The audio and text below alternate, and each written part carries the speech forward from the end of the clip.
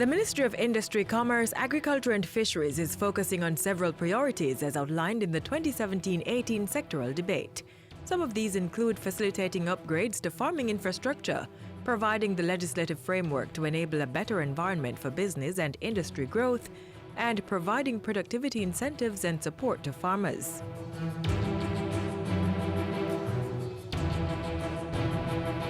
Sugar has the potential to be viable and profitable. But as any guaranteed price and access to EU markets gets set to end in September 2017, the Agriculture Minister says greater attention will be paid to the CARICOM market. I am prepared to work with the industry to explore what adjustments can be made to the common external tariff to offer a greater level of protection to this important industry, not only in Jamaica but throughout the Caribbean. In the meantime, government and the European Union have signed a contract to re-examine the cane payment formula to ensure farmers enjoy income from new product streams. Measures are also being pursued to increase productivity and earnings from other agricultural areas. Our emphasis this year will be on Irish potato, peppers and onions. We want to move onions from 12% as it is now to 40% in 2017-18. We will continue to support the new Burgard sweet potato industry, given the potential for Europe, England and the European Union. The dairy industry will also be seeing new developments in the coming months. Some 1,500 hectares of hay production is taking place. We are supporting the efforts of Sergile and other large players in the industry to increase production of milk by increasing the national dairy herd by some 1,000 animals within the next 12 to 18 months. We are spending 110 million this year to improve the Bodles Research Station, including roads, pastures, irrigation systems, and the dairy unit. Making sure farmers' irrigation needs are met is also a priority. If we want sustainable growth, agriculture must have water. That is why we have taken steps.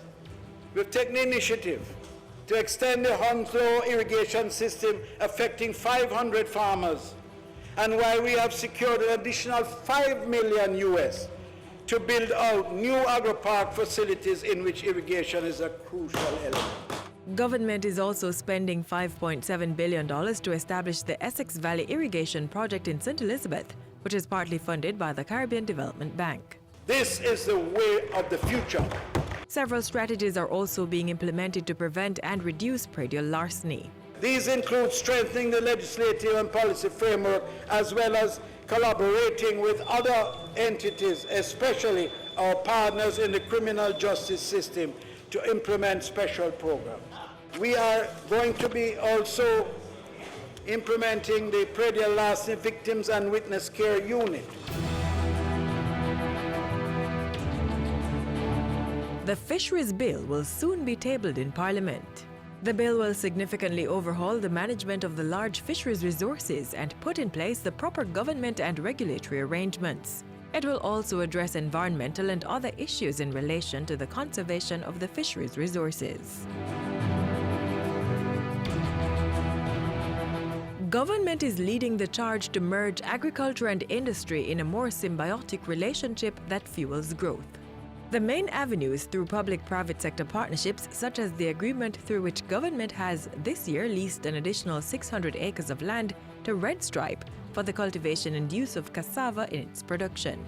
Their goal is to brew 40% of their beer utilized by using cassava. Improvements under the industry portfolio also include the Jamaica Agricultural Commodities Regulatory Authority JACRA Act, which is to be established and operational by July 1. Under the JACRA regulations, a tax will be imposed on imported coffee, the proceeds of which will be used to further develop the industry.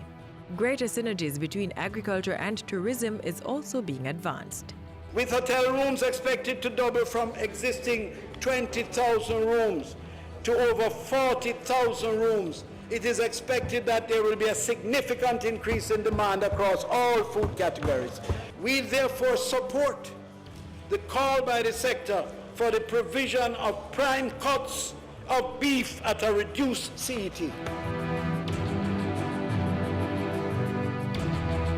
I wish to turn to the matter of the importation of motor vehicles into Jamaica.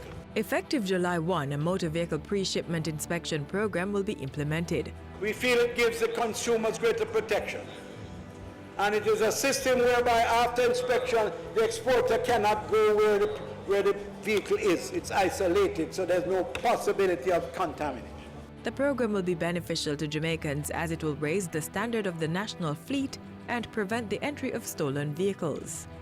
As for information into the special economic zones, under the special economic zone arrangements, motor vehicles will be allowed to enter the economic zone and to be transshipped from there to other external markets in keeping with the Logistics Hub initiative.